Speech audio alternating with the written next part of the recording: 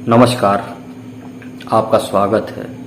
फिर से हम अपने सफ़र में बढ़ने का प्रयास एवं कुछ परतें उखाड़ने के माध्यम से अपनी रूपरेखा को आगे बढ़ाने के लिए छठी वीडियो के माध्यम से एक लंबी कतार की दौड़ लगाने का प्रयास कर रहे हैं। पता नहीं हम किसी मुकाम पर या मंजिल पर पहुंचेंगे या नहीं, मगर सफ़र का आनंद उठाने का तजुर्बा ज़रूर आपके साथ साझा कर सकेंगे। हमारी दौड़ की राह सीधी नहीं, कई उलझनें हैं। उन उलझनों को सुलझाते हुए अपना मुकाम पाने का प्रयास करते हुए आपसे रूबरू हो रहे हैं। एक नए विषय, एक नई सोच का पोटला लेकर अपनी बातों की वस्तु निकालकर आपके साथ जुड़ रहे हैं। आपसे आशा करते हैं आप अपना दिमाग थोड़ा सा मेरे साथ खपाएं और मुझे एवं अपने आप को समझने का प्रयास करें। ज़्यादा कुछ नहीं, 10 या 15 मिनट का समय दीजिए और फिर सोचने के लिए आपको सवाल दे देंगे हम। सवाल क्यों ज़रूरी है? ये सवाल ही है जिसने जिज्ञासा के भाव हमारे अंदर पैदा किए और उनके जवाब ढूंढने में ही हम निखरे हैं। हमें पता चला है कि हम क्यों हैं और हमारे जीवन में क्या ज़रूरी है। लेकिन किस्मत का बुरा हाल, कुछ बुद्धिजीवियों ने सवाल पूछने पर मन में ऐसा डर बिठा दिया है जिसमें एक व्यक्ति सवाल पूछने से कतराने लगा। आज भी कक्षा में सवाल पूछने से बच्चे डरते हैं क्योंकि किसी और के द्वारा मजाक उड़ाने का रिवाज चलता है और कुछ को यह बोलने में शर्म नहीं आती कि अरे इसे तो इतना भी नहीं आता। आप बेशर्म क्यों नहीं बन जाते कि मुझे नहीं आता? तुम बता दो। दुनिया में हर व्यक्ति हर चीज नहीं जानता। सब एक दूसरे के बताने से ही किसी चीज को समझ पाते हैं। बहुत छोटी सी बात है, इसमें शर्माने जैसा कुछ नहीं होता। लेकिन जो जानता है उसे इस बात का घमंड बिल्कुल नहीं होना चाहिए कि मुझे आता है लेकिन इसे नहीं आता। अरे वो कई और दिशा में तुमसे बेहतर होगा। अगर किसी व्यक्ति को ये आभास हो जाए कि उसे कुछ नहीं आता तो उसके स्वभाव में दूसरे के प्रति इतनी कोमलता आ जाती है और वो अपने कम जानकार जैसे व्यक्ति की भावनाओं को भी समझ लेता है। शायद वो ज़्यादा बेहतर इंसान है क्योंकि वह जानता है कि मुझे कुछ नहीं आता। क्योंकि जिसे थोड़ा बहुत आने लगता है वो अपने आप को किसी और के सामने अपना ज्ञान बगराने के लिए मरा जाता है बिना ये जाने कि उसे उस ज्ञान की ज़रूरत है कि नहीं। लेकिन भूल गए हैं लोग, ज्ञान का घमंड होना ही अज्ञानता की निशानी है।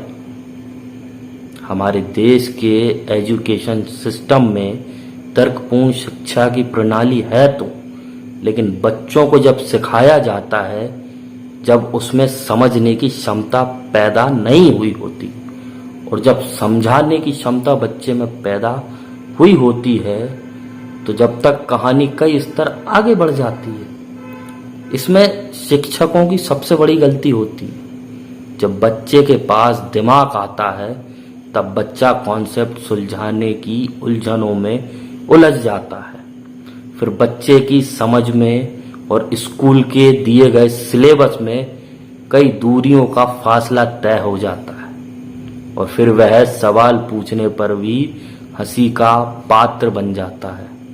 और ये ना पूछना बच्चे की कमजोरी बन जाती है जो उसके जीवन में उसे आगे बढ़ने का या खुद को सुलझने का मौका उसे नहीं मिलता है। ये बच्चा इसी दुविधा के साथ आगे बढ़ता है, बड़ा होता है, उसके कॉन्फिडेंट लेवल की धज्जियां उड़ जाती हैं और परिणाम स्वरूप वह फेल होता जाता है एवं पढ़ाई से उसकी रुचि खत्म हो जाती है।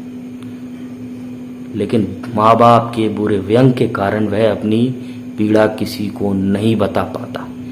क्योंकि वो एक्सप्लेन नहीं कर पा रहा है कि उसकी समस्या क्या है और उसका निदान क्या है।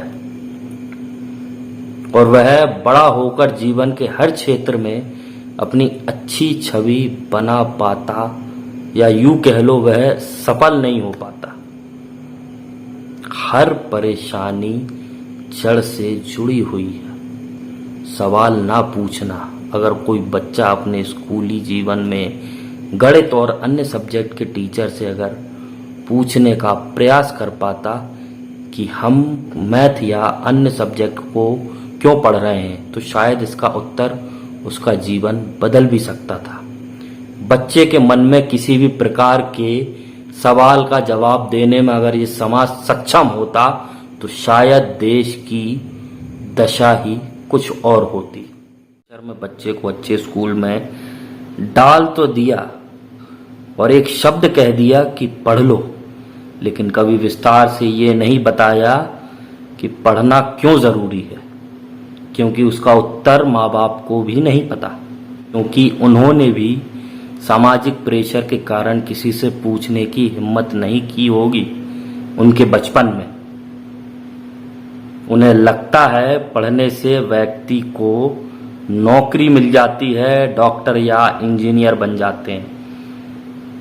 बच्चे की पढ़ाई के स्तर से शादी हो जाती है, लेकिन बच्चे से कभी ये नहीं बोला बेटा नौकरी लगे या ना लगे, तेरा जीवन में कुछ अच्छे स्तर पे हो ना हो, लेकिन तू लोगों के बीच अपने विचार रखने में सक्षम हो जाएगा, उनसे सवाल पूछने लायक हो जाएगा, अपना हक मांगने लायक हो जाएगा। हम तुझे शिक्षा के अलावा इस जीवन में कुछ और मूल्यवान वस्तु नहीं दे पाएंगे। धन अगर दे भी देंगे, उसे खर्च करने का ज्ञान तुझे शिक्षा ही देगी। ये नहीं बताया जाता कि जीवन में सिर्फ पैसा कमाना जरूरी नहीं, अपना अस्तित्व बनाना उससे ज्यादा जरूरी है। दुनिया में आपका धन जब तक जिंदा है, जब तक आपकी पूजा होती रहेगी आपके मरने के बाद, इसके बाद तो आपके बच्चे भी आपको नहीं पूछेंगे, भूल जाएंगे। लेकिन आप जब कुछ उपलब्धि या कोई अच्छा वचन इस धरती पर अगर आप छोड़कर जाते हो, तो आपको व्यक्ति कभी नहीं भूलता, क्योंकि आप दिशा देकर गए हैं। ये देश आध्यात्मिक गुरुओं को क्यों याद करता है? क्या वो देश को पैसा देकर गए? नहीं, वो एक सीख देकर गए हैं जो इंसानों के बहुत काम आई। आज अगर ओशो सवाल पूछने में निपुण नहीं होते तो शायद उन्हें कोई नहीं जानता। विवेकानंद जी के वचनों में वजन नहीं होता, अल्बर्ट आइंस्टाइन को ग्रेविटी का पता नहीं चलता, सुकरात बड़े दार्शनिक ना होते, शेक्सपियर राइटर ना होते, और गोविंद सिंह जी गुरु ना होते, आदि शंकराचार्य महान ना होते। ये सवाल पूछने की शक्ति है, क्योंकि सवाल पूछने के बाद ही जवाब अपना आकार लेता है और जवाब धीरे धीरे पैदा होने लगता है। और जब जवाब पैदा होता है तो इस दुनिया में रह रहे इंसानों को एक नई सुविधा मिलती है। लेकिन दुर्भाग्य हमारे देश का, सवाल पूछने की हिम्मत को ही मार दिया जाता है। हमारे सवाल ही बदल दिए जाते हैं। हमारे देश में मैनिपुलेशन की ताकत बहुत बड़ी है, लेकिन हमें ये समझना पड़ेगा कि हमारे सवाल क्या है। उससे पहले ये समझना पड़ेगा कि हमारी पीड़ा क्या है। क्या कोई आपसे कह रहा है कि हमें दूसरे धर्म से पीड़ा है? क्या कोई हमसे कह रहा है कि हमें जातिवाद की पीड़ा है? या हो सकता है हमें कोई मुख्य सवालों से भटकाना चाहता है, या हमारे सवाल बदल के हमें कठपुतली बनाना चाहता है। आपसे दिल से निवेदन है, दूसरों के विचारों से चलना छोड़ दें। हर कदम पे व्यक्ति अपने विचार आप पे थोपने का प्रयास करता है और अपना काम आपके द्वारा कराने का प्रयास करने लगता है। हमें बचना चाहिए ऐसे लोगों से जो अपने स्वार्थ के लिए हमें लड़ाने का प्रयास करते हैं, हमें भटकाने का प्रयास करते हैं। लेकिन हमें समझना चाहिए कि हम देश और दुनिया के लिए कितने जरूरी हैं। एक सही दिशा से हम देश की सूरत बदल सकते हैं। एक सही सवाल सत्ता हिला सकती है। एक सही जवाब से अपने आप को व्यवस्थित कर सकते हैं। सही सवाल के लिए सही प्रकार से जिज्ञासु होना जरूरी है। हमारे विचारों में गहराइयों का होना जरूरी है। हमें सही समय पर जागना जरूरी है, क्योंकि अभी हम आंख खोलकर सो रहे हैं और आंख मूंद कर जागते हैं। जिस चीज का आभास आपको जिंदगी भर नहीं होगा, क्योंकि आपसे कोई धूर्त आदमी कहता रहा है कि तुम क्या लेकर आए थे और क्या लेकर जाओगे। मैं उससे कहना चाहता हूं कि तुम सवाल लेकर आए थे और जवाब देकर जाओगे।